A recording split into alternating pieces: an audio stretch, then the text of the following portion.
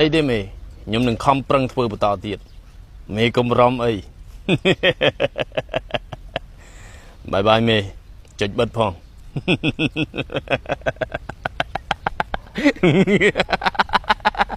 ត្រូវមករងថ្ងៃថ្ងៃណាក៏ត្រូវមាត់ដែរបើអស់ចាលមិនព្រមធ្វើខ្លួនឯងណា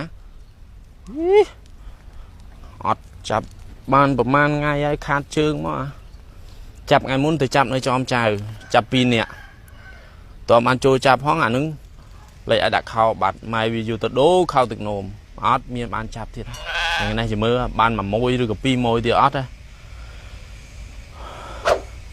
អាយ៉ាអាយ៉ា